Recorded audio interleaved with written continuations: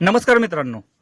दूध व्यवसायामध्ये सगळ्यात मोठा प्रॉब्लेम काय की गाय आपली गाभण आहे की नाही हे लवकरात लवकर कशा प्रकारे ओळखायचं. की गाय भरल्यानंतर साधारणतः आपल्याला 2.5 ते 3 महिने लागतात आणि आता मेडिकलमध्ये किट पण भेटतात, पण बऱ्याचशा मेडिकलमध्ये अजून अवेलेबल नाही आणि ब्लड चेक करण्याची सोय तर अजून काही गावामध्ये नाही.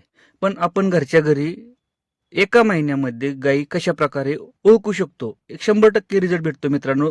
व्यवस्थित जर आपण गायीकडे लक्ष दिलं ना, तर मी गॅरंटी देऊन सांगतो की तुम्ही सुद्धा ओळखू शकता की गायी आपली गाभण आहे की नाही. व्हिडिओमध्ये सांगणारे सविस्तर माहिती मित्रांनो. व्हिडिओ जर आवडला तर लाईक करा. चॅनलवरती नवीन असेल तर चॅनलला सबस्क्राईब करायला विसरू नका.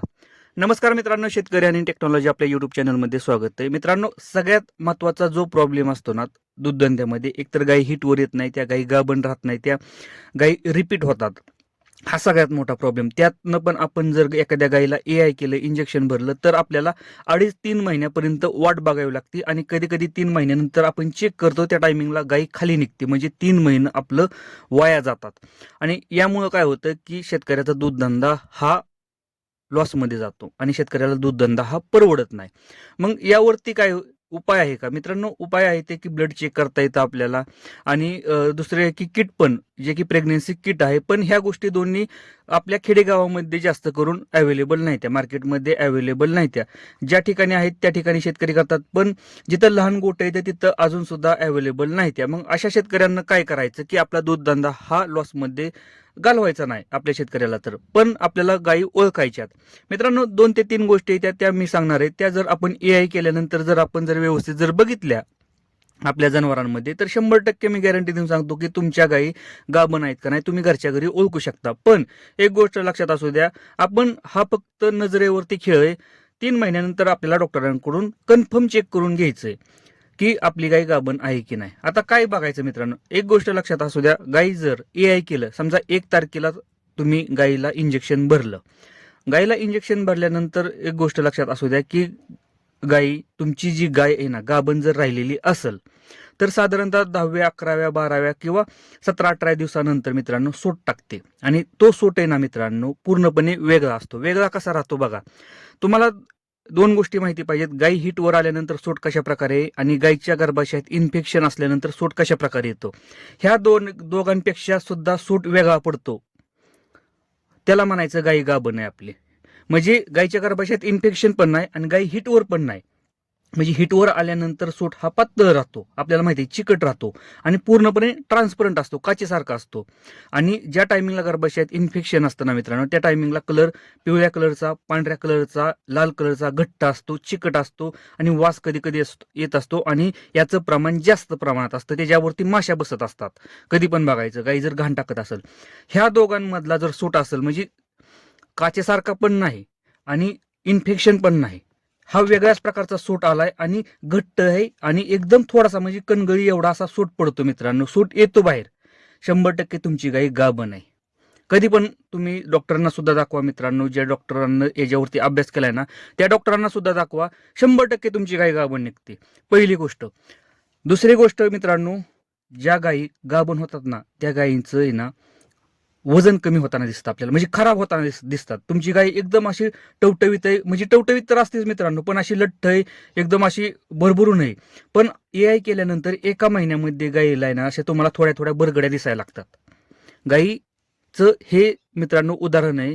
हे दृष्टीनं बघायचं आपल्याला की गायीच्या बरगड्या दिसायला लागतात. ज्या टायमिंगला गायीच्या थोड्या थोड्या बरगड्या दिसायला लागतील ना मित्रांनो, समजायचं आपली गाय 100% गाभण आहे. का मित्रांनो? त्याचं कारण आहे की ज्या टायमिंगला पोटामध्ये वासरू तयार होतं ना मित्रांनो, तयार व्हायची प्रोसेस चालू राहते ना मित्रांनो, ज्या टायमिंगला गाय प्रेग्नेंट राहते ना त्या टायमिंगला 2 जीवांना त्या गायीला सांभाळावं लागतं. एक तर स्वतःसाठी आणि दुसरी गोष्ट आहे त्या होणाऱ्या बाळासाठी त्या गायीला आपल्याला सांभाळावं लागतं. आणि न्यूट्रिशन व्हॅल्यू ही आपण तेवढी देत नाही, म्हणजे कमी पडत असते.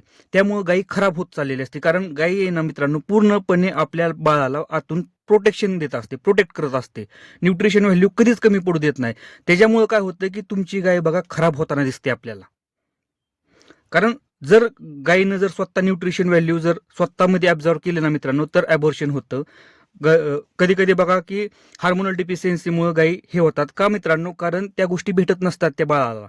त्या जो तयार झालेलं जे बाळ आहे ना मित्रांनो, त्याला भेटत नसतं त्या टायमिंगला, ते गर्भाशय बाहेर फेकलं जातं.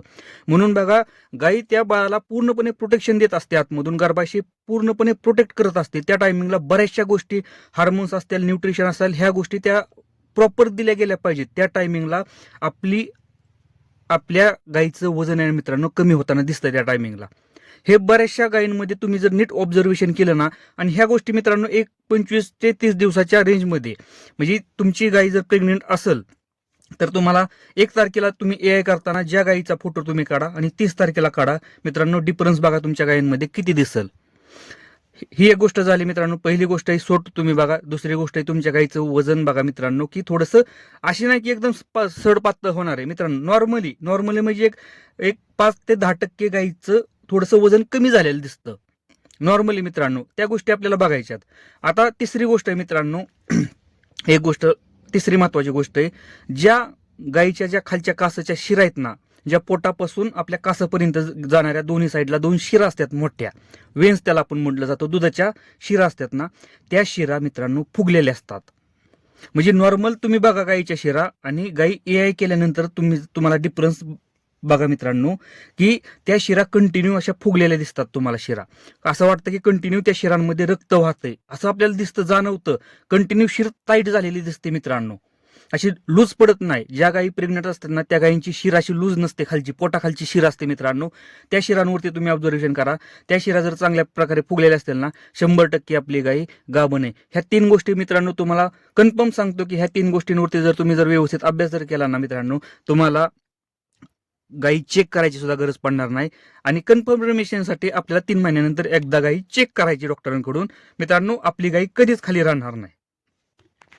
आपण काय करतो की ह्या गोष्टींकडे लक्ष देत नाही, जनावरांकडे लक्ष देत नाही, आणि यामुळे काय होतं की 3 महिन्यानंतर आपल्याला समजतं की आपली गाई खाली निघाली. 3 महिने म्हणजे मित्रांनो 90 दिवस आपल्याला ती गाई खाली आपण सांभाळलेली असते. कारण काय होतं मित्रांनो, अशा टायमिंगला बऱ्याचशा गोष्टींवरती मी व्हिडिओ बनवलाय, गाई काय हिटवर येत नाही अशा टायमिंगला, की आपली गाई हिटवर का येत नाही त्या टायमिंगला, कारण प्रोजेस्टेरॉन हार्मोन्सचं लेवल जर हाय आलं असतं, CL वाढलेला असेल, आपल्या ओव्हरीवरती जर CL जर वाढलेला असेल तर गाई हिटवर येत नाही त्याच्यामुळे मित्रांनो ह्या गोष्टी आपल्याला बाहेरून ऑब्झर्वेशन कराव्या लागतात. आणि हे संकेत गाईचं मित्रांनो, गाई प्रेग्नेंट आहेत हे दाखवत असते आपल्याला. फक्त त्या गोष्टी आपल्याला माहित पाहिजेत. आपलं ऑब्झर्वेशन हे चांगलं पाहिजे जनावरांच्या बाबतीत, तर आपल्याला दूध व्यवसाय परवडणार आहे. नाहीतर तुमच्या गायी 6-6 महिने 2-2 वर्ष खाली का राहतात याचं कारण आहे, कारण आपलं ऑब्झर्वेशन व्यवस्थित नाही मित्रांनो.